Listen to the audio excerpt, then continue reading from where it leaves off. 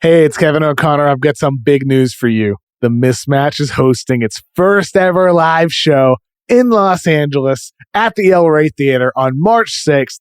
Me and Chris Vernon are going to be there. I'm fired up about it. At the El Rey Theater, there's been performers like Bob Dylan and Kendrick Lamar and Rage Against the Machine and Licky Lee. I'm fired up. Get to be on that stage with my guy, Chris Vernon. We've been together since 2016 doing NBA podcasts, and now we're going to get to meet a lot of you who have listened to our show for so many years. We'll do a Q&A at the end. We might have some special guests, but we're definitely going to be talking basketball. It's going to be a lot of fun. I'm excited about it. Tickets are going fast, though, so be sure to head to theelray.com to get your tickets now. Doors are going to open at 7 p.m., and the show is going to be starting right at 8 o'clock. Let's go, baby. This episode is brought to you by Reese's Peanut Butter Cups. All right, it's official. I think I've discovered the ultimate coupling of all time. Like any good relationship, they really balance each other out. One is super sweet, and the other, well, they can be a little nutty sometimes. It is, of course, Reese's Peanut Butter Cups, the perfect combination of peanut butter and chocolate. So perfect, some would call it true love. Find Reese's now at a store near you.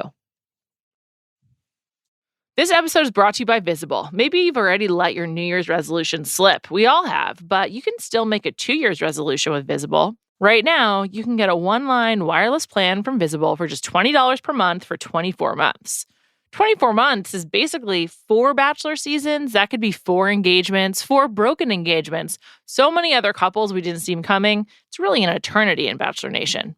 And that's unlimited 5G data powered by Verizon with no annual contracts. Switch now at Visible.com and use the code VISIBLE24. Don't miss out. Offer ends January 31st. New members only. Promotional rate with service on the Visible plan. For additional terms and network management practices, see Visible.com.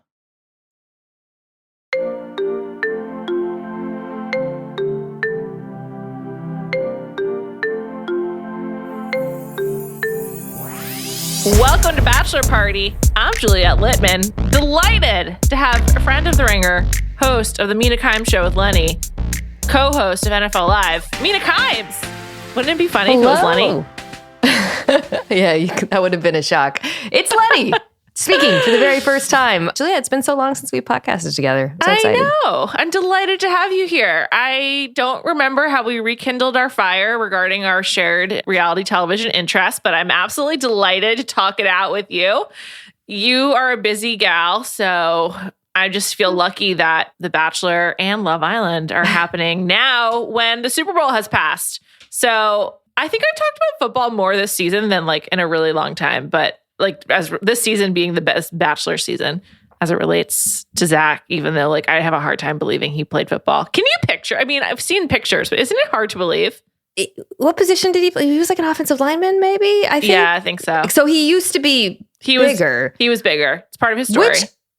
Well, is it though? Because they haven't talked about it at all, which I actually thought that would come up, and I was interested in hearing about it. And I can't remember which of the girls talked about body image being an issue. Oh, it was Gabby. And in that moment, he kind of alluded to his weight loss, and I was like, no, tell us more about your weight loss journey. But they haven't really touched on that with him. I thought we were going to get it more. So, although I will say I interviewed him beginning of the season, and I kind of like awkwardly asked about it, just because I think it's like, it's sort of, like body stuff is just like A, universal, and B, like a huge problem for The Bachelor since they do not have any body diversity.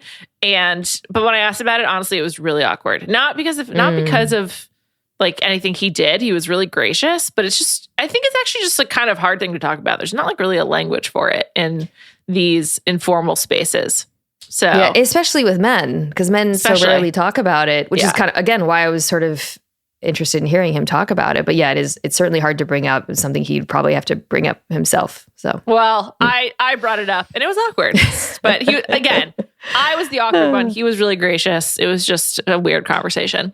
Anyway, let's move on to other things. Mina, do you like this season of The Bachelor starring Zach Shallcross? I do. And this is how we rekindled our conversation, our dialogue. Because I texted you to tell you I liked it. And you're like, I believe you said, is it weird that I like this season? And I said, yes. Here's why I like it. So I'm unspoiled, and I always do like a pretty good job of protecting myself from spoilers, despite the fact that I follow a lot of accounts and read things. I genuinely believe he could end up with several women. And that to me is like a very big thing. Like I have trouble enjoying seasons when it's like really, really obvious early on, like what's going to happen. Like the JoJo Jordan season being the most obvious. Sure. That was, really boring. Yeah. In retrospect, they shouldn't have cast Jordan. I mean, it's nice that they're still together, but like, any season of The Bachelor, does he not win? Like, he just seems like he's front runner. Great. I met him recently for the first time. He does college football. I do NFL, so our paths don't like intersect a lot.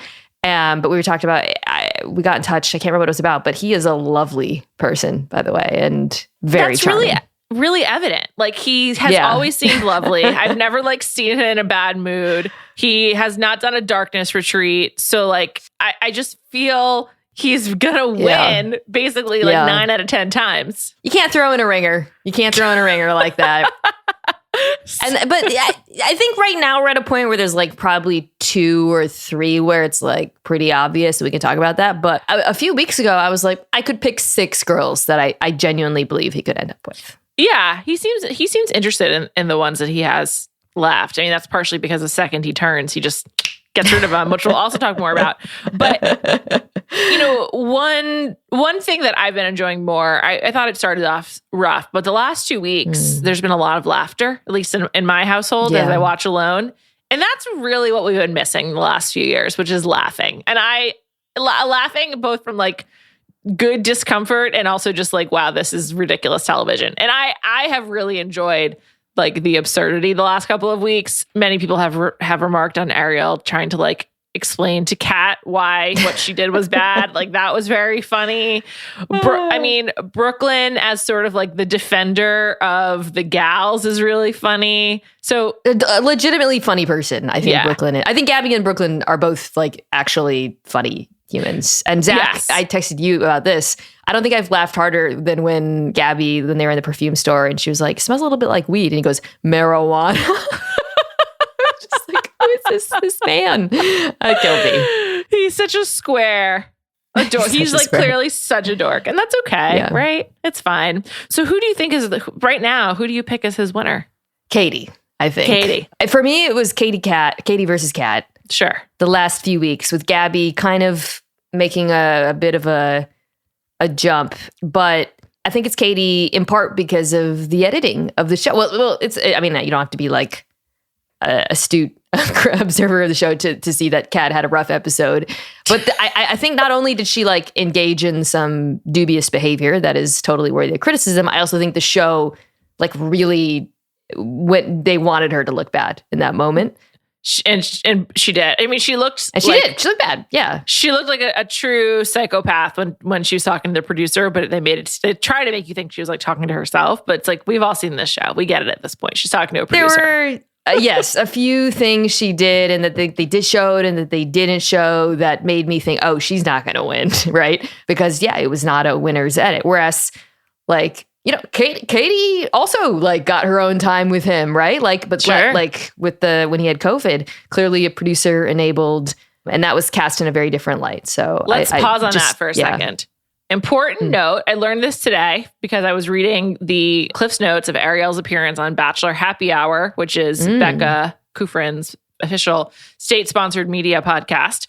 And on that, apparently everyone did something special for Zach, but the only one we were privy to was what Katie did, which was the care package. But like apparently Ariel made him a crossword with like all things about her and like things they've shared so far. Someone like wrote him a poem. Like everyone did. It was sort of like a kindergarten class. Like, you know, like today we're making cards for mom and today we're making something for Zach. So I think your point that this show wants us to buy into Katie is very well taken with that additional information. So I have to say, felt like we talked about this last week, me and Callie, huge missed opportunity for them to not do like a Love is Blind style, like split screen, Zach on one side, Katie on the other, her in the door. That was not really the movie magic I was hoping for.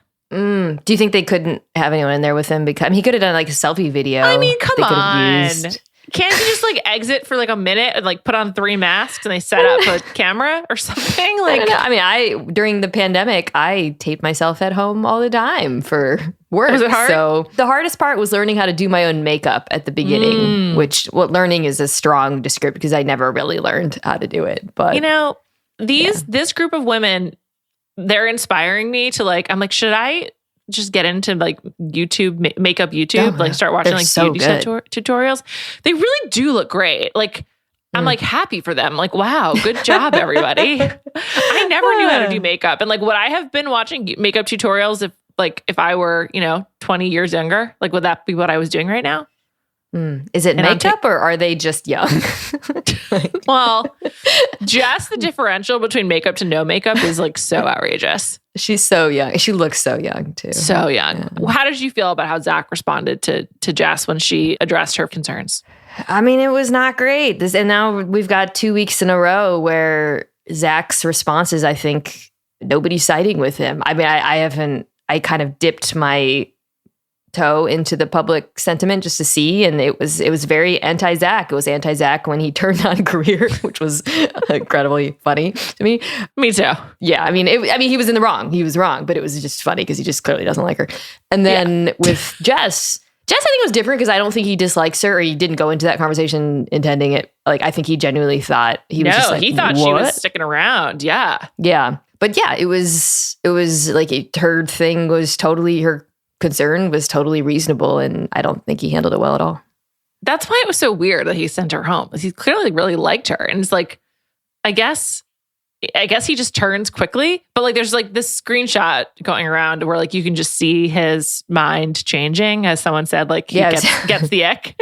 And it's pretty startling, but I don't even know what to attribute it to, because it did seem like he really liked her. So did he not actually like her? And he's like, okay, I'm just hitting the eject button. Or does he just have like a complete aversion to conflict? Like, what do you think happened in that now famous moment?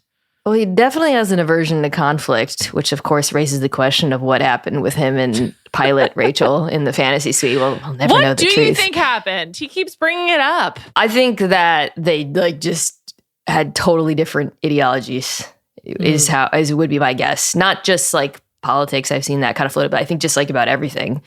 Like she does not seem square to me. No, not at all. No way. And I just think they were like, oh wow, we're really, really different about a lot of things. And yeah. It's funny because she kind of did the Zach to him in a way. But yes, with Jess, I think part of the issue is he likes the other girls so much. Like, let's say she had made it, who would have been cut? I don't know. Like we're in a pretty. There's definitely no cannon fodder anymore, I think. No. Like when you look at the final, what are we down to 6 now? And plus Greer. We'll talk about. Well, so there's Greer, that's Charity, fodder, yeah. Katie, Kat, Gabby, and Ariel. He probably thought he was going to get rid of Greer somehow. But well, okay. There's a lot of things have come up this week that are sort of like make you go, very sus, as the kids might say. One, there's pictures of Greer hanging out with the cast before Charity's one-on-one. Like, she was not quarantining the entire time. So I don't even know what to say about that. Like, I don't know why they would make up Greer having COVID, but someone else pointed out that when Logan had COVID, he just sent home straight away. Maybe with Greer, she gets to stay. Maybe it's just like a production thing, but I don't know. It's really weird. Do you have any conspiracy theories of what's happening with Greer? I bet the protocols have changed since then. Like from what I understand about like just productions in general, since they're so heavily unionized and regulated, like there are really strict protocols about these things. And it probably went from like 5 days to 3 days, or just enough time for them to be like, all right, we can just see if she tests out of this, and then he can dump her then. That would be my guess. Also, it probably varies country by country. And like when that happened with Logan, they were on the cruise. International waters. International waters. Who knows? They never acknowledged it. It was so weird. Also, maybe they were like having fears of the Diamond Princess cruise, you know? They're like, this is where it started. So we're on a cruise. We cannot do this. Who knows? Our advertiser might get mad. So strange. How do you think Greer will exit? Like there's clearly she's not going far. So like, what is your prediction for Greer coming and going? Well, okay. So I don't think I don't know if there's enough time left for her to get a one-on-one. So maybe she'll be in a 2-on-1, although like one would assume Kat and Brooklyn are destined for, I don't know though if they'll do that. Maybe. I mean, I didn't even think about that, Mina, but they haven't done a 2-on-1 in a while. Like, I feel like that's like fallen out of favor for whatever reason. The last one was they went to the waterfall Genevieve and Shanae. Yes. Because that whole season they would play that da-da, da-da-da music for Shanae. Like, she got her own menacing song. And I remember that episode, them playing a lot. Yeah. I don't know. It's just so, like, the Zoom was just so clearly the kiss of death He's never been less nice. He kind of doesn't have empathy. Like, do we have any evidence that Zach has empathy? Because he's nice when he hears like the traumatic stories, but that's sort of like playing a part. When he's caught off guard, he does not default to like, oh, let me make you feel better. Like, oh, that's okay. Yeah, I think I think he's been great in those moments when people tell him stuff. Actually, probably one of the better bachelors at receiving information, responding to it in like an individualized, like actual, like human fashion. But maybe like in his conception of like what it means to be the bachelor, he came in being like, I'm the no drama guy, but I'm also going to be like the listener. And these other things are falling into the no drama category where it's like Jess comes, he really doesn't like anyone who like takes him out of the show too. I think that's it. Yeah, like, so that's a good point. For her to talk about one-on-ones or the Instagram thing or whatever, he seems very like, wow, how dare you acknowledge the fact that we're on like a TV show? You know what I mean? So how dare you have doubts? I just think it's funny. Like I'm a Zach hater. I don't know why, but I just You're a Zach hater? I'm a Zach hater. I'm not a hater. I know. I'm not a hater. I kind of feel bad about it. Like for a couple of weeks, I was like, I'm going to start every episode by being really positive about Zach to set a nice tone, but I just can't. I don't know. Something about him, he just rubs me the wrong way. And I just feel like what I was going to say before I realized that I was being an ultimate hater is that I feel like he just like lacks like the strength to like lift people up or like kind of like get them to his level. Like, I feel like he couldn't have Jess have doubts because he has his own doubts. So like, it's sort of like he has his own anxiety. He can't take on anyone else's, which like I kind of respect, but this is like a dating show where you are like, it's an anxiety producing situation. Like, maybe just be a little bit nicer. I don't know. I think he's like, just like has something inside of him that's just not that nice, even though he comes across as like this like good guy. My read on it is just that he's just taking it all very seriously. And I think at the expense of some of the women's feelings in certain situations. Like, you know, he is constantly on the lookout for artifice or drama or anyone who's getting in the way of his journey. I think it would be like the thing about all the drama so far is like, I subscribe to the theory that he wanted to get rid of Christina Mandrell the second he found out she was a single mom, which is, by the way, no shade. Not everybody's ready to be a dad. But the way he reacted to that. So my point, though, is not, again, I don't think that's like a negative thing necessarily, but it's all been easy decisions for him. Like, I would be interested to see like what would happen if like Charity actually came up to him and said, I don't like that Kat did this. Kat is someone he actually likes. How would he have handled that? You know, but so far it's just been like women he wanted to get rid of anyways, or women he didn't have feelings for. So it's kind of, I don't know, he hasn't really been tested and like he hasn't actually had any internal conflicts, I feel like. Thanks for bringing up Charity again. Why didn't we hear from Charity regarding Charity's drama? I have a lot of conspiracy theories about this. Please, I lay them on me. So like I said, I'm always looking out for like weird things in editing or things that don't make sense. It's just like the way and the scene where, so it starts when she comes back from the date and when she returns from her one-on-one and the first thing she says, maybe it's not the first thing, she's like, you know, and it was hard for me to get over some things at the beginning. And I'm like, oh, you're mad, right? Yeah. You're upset about this. And then later, Kat says, I think at the cocktail party, Charity's mad at me. But we never actually see her being mad. Right. They don't ever like address it together. Another sharp cut.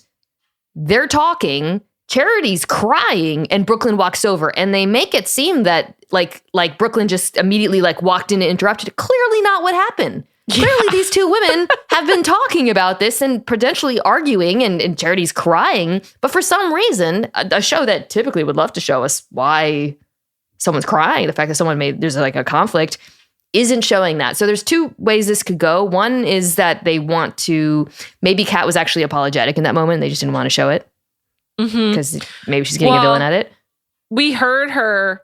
We didn't even hear one Charity scene of her speak. Yeah. We didn't even hear, but we didn't even get to hear Charity speak in that interaction. We only heard Kat doing a non-apology. Like, she's like, I stand by this. But maybe that's part of a larger, I don't know. I'm just saying, I'm not taking her side. Like I said, I thought it was shitty. Or they really don't want us to see Charity like getting involved in drama. You remember, and I texted this to you, she's been involved now in 3 dramas. There was the Christina Mandrell one. Then there was the one where she was the deliverer. She like told another woman she overheard, I think it was Anastasia, her name, talking about IG followers. I'm wondering, is this woman getting a bachelorette at it? Because they're very clearly not showing us certain things. I don't know. Just saying. This episode is brought to you by Visible. Maybe you've already let your New Year's resolution slip. We all have, but you can still make a 2 year's resolution with Visible. Right now, you can get a one-line wireless plan from Visible for just $20 per month for 24 months. 24 months is basically 4 Bachelor seasons. That could be 4 engagements, 4 broken engagements. So many other couples we didn't see them coming. It's really an eternity in Bachelor Nation. And that's unlimited 5G data powered by Verizon with no annual contracts. Switch now at Visible.com and use the code VISIBLE24. Don't miss out. Offer ends January 31st. New members only. Promotional rate with service on the Visible plan. For additional terms and network management practices, see Visible.com. This episode is brought to you by eBay Authenticity Guarantee. eBay knows that when it comes to jewelry, authenticity is the real gem. When you see the blue check mark that says Authenticity Guarantee, it means your next piece will be carefully inspired by jewelry experts and will always be worth its weight in gold. Whether you're looking to make a statement or build the perfect everyday look, eBay is making sure you get the real deal. With eBay Authenticity Guarantee, you can trust that jaw-dropping piece will always arrive jaw-droppingly real. Ensure your next purchase is the real deal. Visit ebay.com for terms. This episode is brought to you by State Farm. You might say all kinds of stuff when things go wrong, but these are the words you really need to remember. Like a good neighbor, State Farm is there. They've got options to fit your unique insurance needs, meaning you can talk to your agent to choose the coverage you need. Have coverage options to protect the things you value most.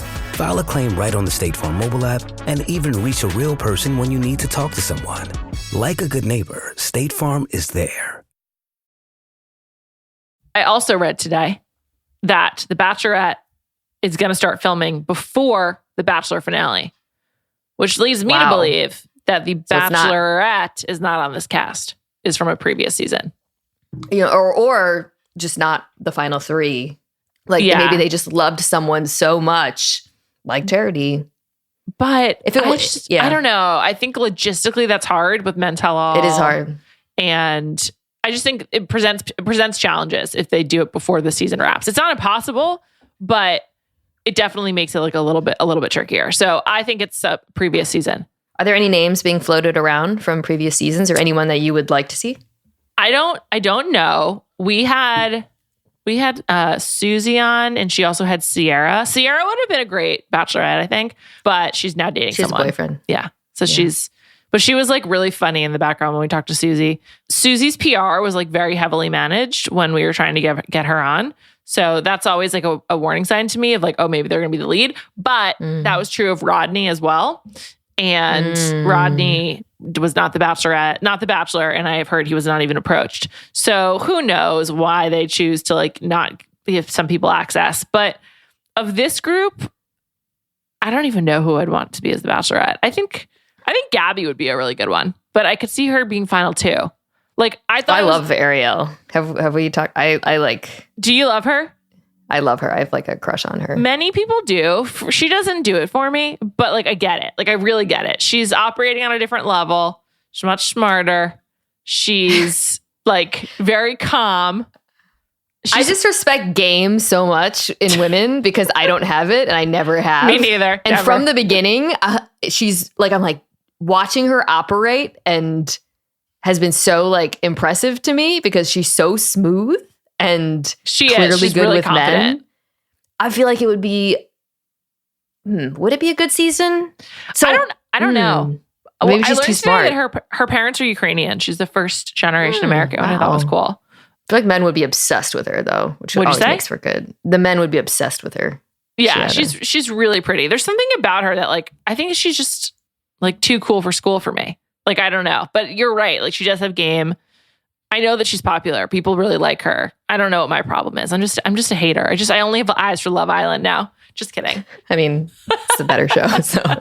I do like her, though. I thought she also was, like, pretty normal this week. Like, she just was, like, a regular person. But people like her as well. Who do you want to see as the Bachelorette?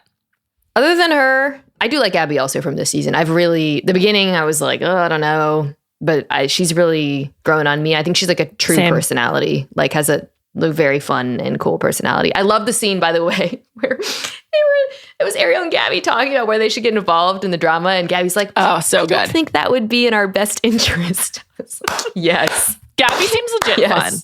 Love that. Yeah. She's definitely my Bachelorette pick from this cast, but I don't even know. I'm trying to think who else was good in Paradise. Seasons. Yeah, Paradise. There's nobody who really jumps out to me. They should just run it back with Gabby. Do it again. See what happens. Gabby from Rachel and Gabby. Yeah. I don't know, though. I don't know. Well, would that work? I like her and Vinny Guadagnino from Jersey Shore. That would be fun. I've seen, yeah. They're doing the Dancing with the Stars tour together, I think. Or they were definitely on the show together, at least. Would Michelle Young do another season? Oh, interesting. Maybe. She seems like she's really trying to, like, still be famous, like her Instagram and stuff. And she's out there. Moved to LA, no longer teaching. But I don't know. I want someone new. I saw someone tweet that Brooklyn would be like a Hannah Brown type of Bachelorette, and I really love that idea. Hannah Brown was a great season. And I thought it was going to be terrible. I mean, I know. You remember the finale when they approached her and she was like so awkward. She couldn't talk, yeah. She couldn't talk. And then it ended up being one of the most iconic seasons of all time. So there's just no way of knowing. I think absolutely the best Bachelorette season of all time. It was so good. So many like memorable moments. Yeah. And like the final four was just such a funny bunch of dudes. Like one complete sociopath with Luke P. Or one total liar, scammer. Yeah, his name was Luke P. Luke Parker. With Jed, Pilot Pete, and Tyler Cameron. I mean, what an absolute incredible quartet. A moment of time.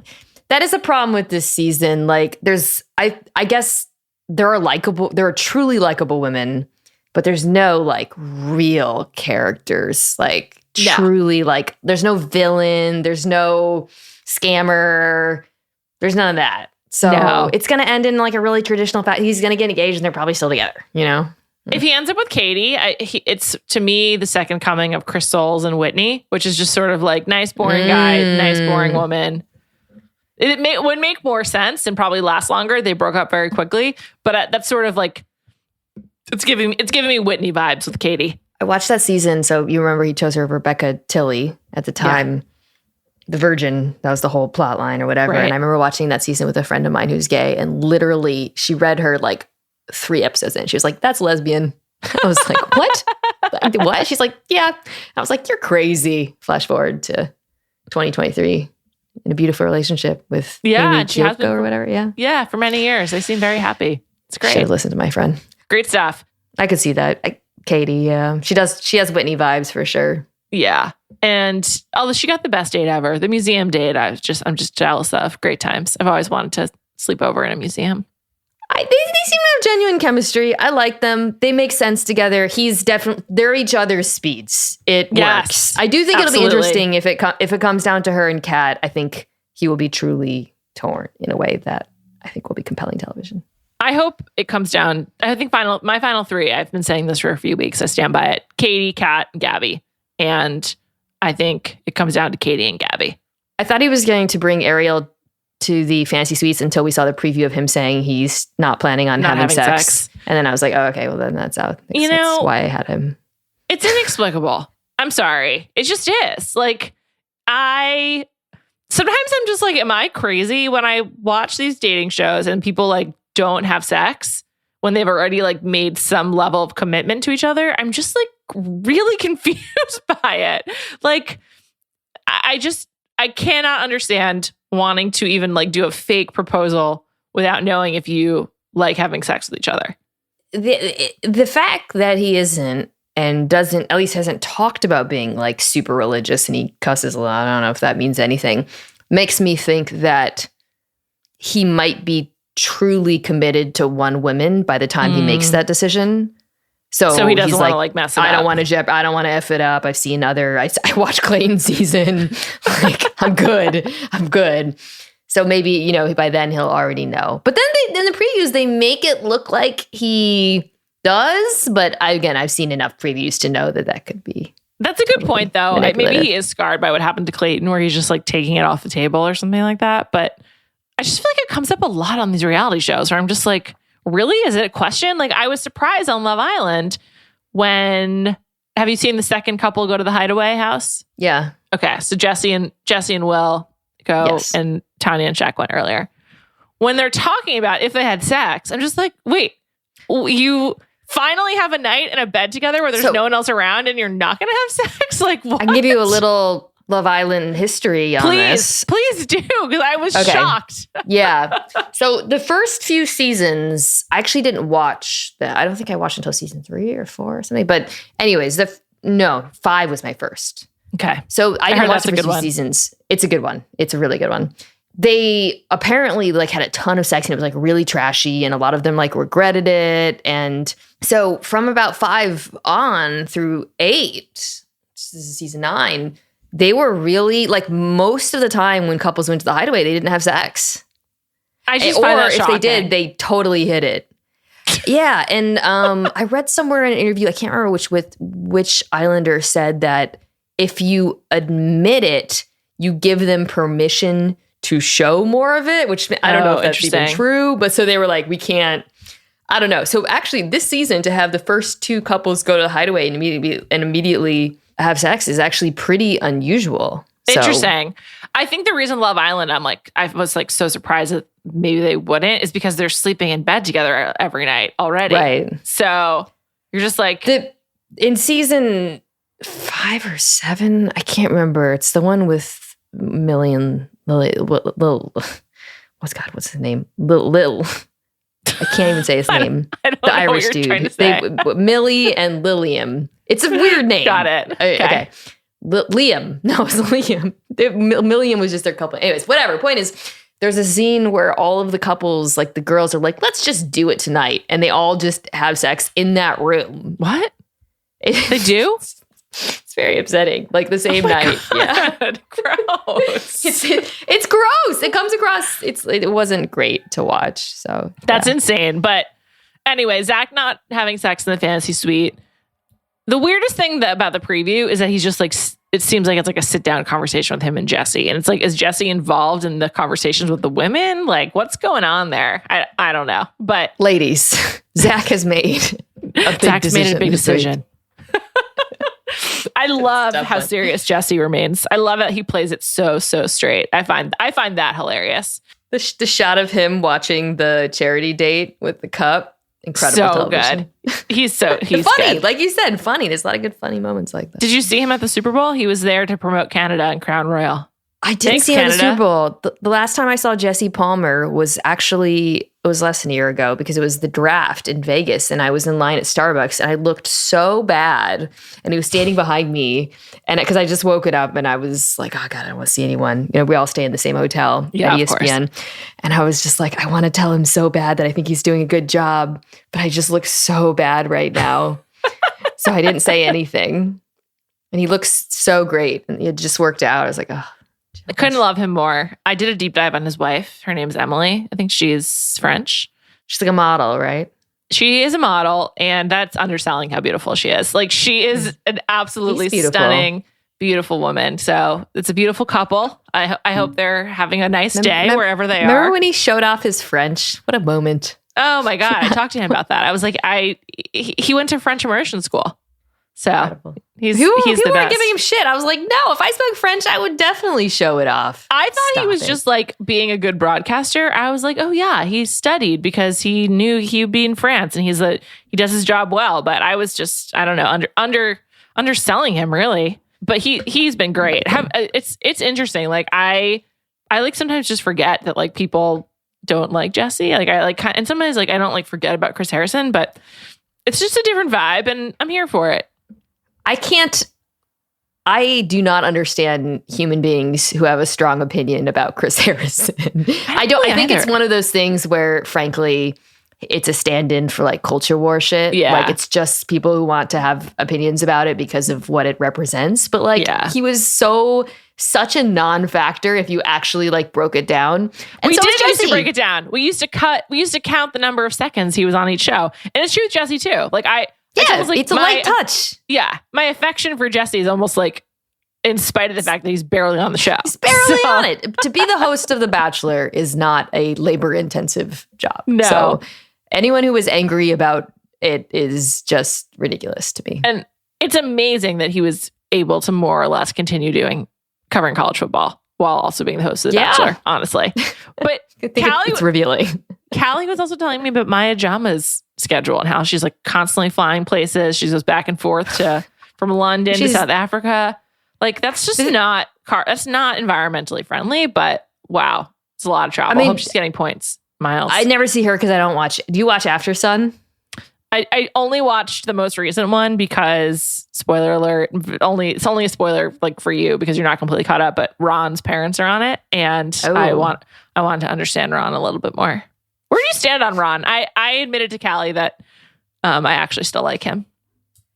I mean, so it's very hard to have opinions about like Love Island when you're behind because your opinions on Islanders can change on the dime. So like I'm always So like when I have friends who are ahead or behind me, sometimes I'll be like, fuck this guy. And they'll be like, oh, like it literally, your things change very quickly. Like Ron at the jump was my favorite. And then I think the way I described him to you was like, he's like a problematic fave now is how I would describe him. Like clearly so the point of the season where I'm at now, they've gotten back together and they got back together. It was like really gross. And I thought really like rude. And the way she handled it was like very, frankly, loser behavior, honestly. It with was the Casey weird. thing. She picked Casey in the recoupling to like and stick it to Ron. Immediately regretted it. Everyone was sad, particularly her. And then literally 24 hours later, she goes with Ron. And she was like, well, you did your thing and now I did my thing. And it's like, yeah, but you involved another person in it, like shittily, but whatever. Anyways, he is like what this season of The Bachelor is missing, which is someone who's just electric television. That's how I feel about Ron. Like he lies, he manipulates, but he's charming, he's funny, he's divisive. Like he is all of the things. So do I like Ron? I don't think he's a good guy, but I am very glad he's on the show because he is a really good reality television character.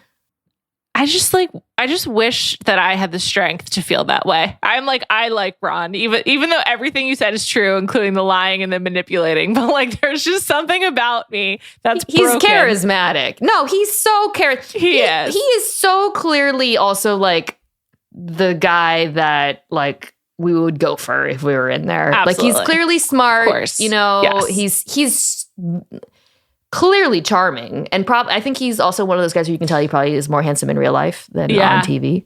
I also think his eyes are like pretty entrancing. And the glass eye or whatever. Yeah. And also he wears all of the sneakers like really well. Like I think like some of the dudes look really like try hard when they're wearing the Jordans or whatever, but like he just looks so good in both the Jordan lows and the New Balances. Like I just think he looks so good in the New Balances. I can't get over it. It's cool. Love Island has had like some pretty so Tasha was in the previous situation was deaf and I think they revealed in the first episode. And Ron obviously I is watched part blind of that and season. Yeah. And it's like pretty cool that like he's like like a player. Yeah, totally. Like it's a kind of different form of like representation. I don't know. I don't know if I'm wording that right. It definitely is true. Yeah. It's definitely true. I mean, there's just something really different about it. I mean, I just feel like I'm such like, it's like I've just like woken up from amnesia. Like, yes, everyone loves Love Island and they have for several years. It's just like was such a huge commitment. But now I'm here and I'm just obsessed. It's so many episodes. It's daunting. It really is. So for me, I only run.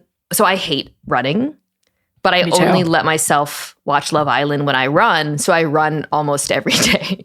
Wow. It's my sole motivation to exercise. Wow. Is That's Love a Island. long run too. 45 minutes. Oh, I don't. No. I do 25 minutes and then I stop. But then I'm so like, I gotta get in this episode and see the eliminating, the recoupling. So it is very motivating, and there's so many episodes. So Oh my God, it's completely crazy. Also, I've discussed this ad nauseum, but I just also love the friendships. That's the thing about Ron is, yeah, he's clearly like he's not as good at friendship as everyone else is. Like I feel like that's where he's really lacking, except with Tanielle, who's in love with him. Also, yeah, right. That's also very unusual, Juliet, which is the very early on in this season, Shaq and Will clearly turned on Ron and were like, you're treating this woman like shit. That never happens on Love Island. So usually the same gender bros and girls are like super loyal to the point where it's actually kind of upsetting because there'll be like a girl who's acting really shitty and none of the girls will like to a man, right?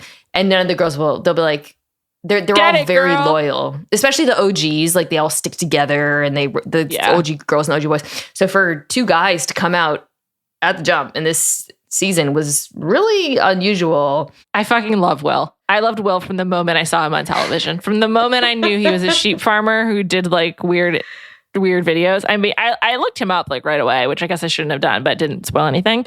And I was like, wow, I love this man. And I still love that man. He is so funny. Playa. I love him. He's he's also so socially brilliant. Like if you watch him, he's always diffusing tension. So I just watched the heart racing challenge. The way in which when they reveal who got the hearts racing, he's like just making jokes to quickly diffuse the tension. Like, you know, Jesse, it's another guy, I forget it was maybe, he's like, well, we're not going to be friends anymore. Like he just is like throwing out jokes and making everyone laugh. Yeah, he's like probably the most charismatic person to ever be, which is fascinating because I was so worried. Love Island has a history of these like the nice guys who like never get women. There's a couple of famous ones, and I was so worried he would be that guy, and then he just wasn't. And love him. It was, and I wasn't. I was so nervous. I was like, is Jesse faking it? I'm so nervous. But then like she had sex with him immediately in the hideaway, and I was like, oh fuck, all right, I guess this is for real. I mean, he's gonna go wire to wire as long as that relationship stays together. Like, no question. Absolutely. He also like really owns who he is in a really like kind of like. I'm a showman, baby. He's a bit of a showman, and he just is so funny. Also, I like how he's just kind of like. In more recent episodes, I don't know why I'm so focused on everyone's shoes, but I just am. But he's really taken to the Birkenstock clogs, and I just think it really reminds me of like just a guy like just chilling, having a good time, who's just like feeling really good about himself, and he's just like, yeah, I'm just gonna go for comfort and maybe a little style. He just seems like the guy in college who everybody loves, and everyone like girls love him, guys love him. It's funny, nice. He's emotionally intelligent. I love that he called out Ron too. Like he's just the best, man. There's usually like a star every season. Last season, famously Ekin-Su. When you watch it, you'll immediately see why. But a very different kind of star, dramatic, intense, funny. But he, to me, is just so clearly like the breakout star this year. I always think about, not always, but often when I'm like assessing strangers or like acquaintances, like if I'd want to spend time with them, I'm always like, would I be okay being stuck in an elevator with this person? And Will is like a resounding yes. I'm like, let's get stuck in an elevator and just hang out for a while. It'll be really fun. We probably would make a lot of TikTok videos. Who's the Islander who you wouldn't want to be stuck in an elevator? Oh, I know the answer to this already. It's Olivia. Oh my God, it's definitely Olivia, yeah. But I don't like Olivia, and I also don't like Casey. I know that's another unpopular opinion, but I just find Casey at the heart race challenge, whatever. Yeah, really it was tough watch. It was not attractive, and I just think he's like a little bit too angry about like the Ron and Lana stuff. Like I don't know. I'm just like, you've been here like 5 minutes, so it's okay. Oh, you sound like Lana. I don't have strong feelings about Casey, but Olivia is one that I initially liked, and then her voice turned on. Insane. I also like feel like she's kind of manipulative in a way that bothers me. She's super manipulative and also like obsessed with Tom. It's like Yeah, She makes clearly, she's clearly. Yeah. She wants she's like, all roads lead back to like me and Tom still having something. But it's like, no, you just are into him and he's not into you. Deal with it. It's unfinished business, darling. Just the way she talks. She's the worst. She is the absolute worst. By the way, I do have to say one more Love Island thing. Yeah. Before we finish. It's a big week. Tommy Fury. I know. Took down Jake Paul. I Juliet, know. I just need you to know, if you had seen season 5, that would have hit so differently. Callie was really excited too. I know. I'm gonna watch. And also, he's a new father. I'm really happy for him. Seems like things are going well in his life. One of the great love stories. Truly, an influencer and a boxer. No one believed in them. I didn't believe in them at first. By the way, I feel like Love Island is like keeping boxing going as a sport. Like so many of these, there's like so much boxing. Like ring girls. And I was like, I had to look up ring girl. I was like, what is that? But and then I felt like I was in an episode of Peaky Blinders or something, because there's also boxing in Peaky Blinders. But I guess boxing is just really popular in England, and I haven't been paying attention. Well, if you want more of Mina Kimes, just turn on ESPN. She's there like all the time on NFL Live and on her podcast, The Mina Kimes Show with Lenny. Mina, thank you again. It was great to chat with you. Keep texting me your thoughts. Thank you to my producer, Jade Whaley. And Callie and I will be back on Monday night.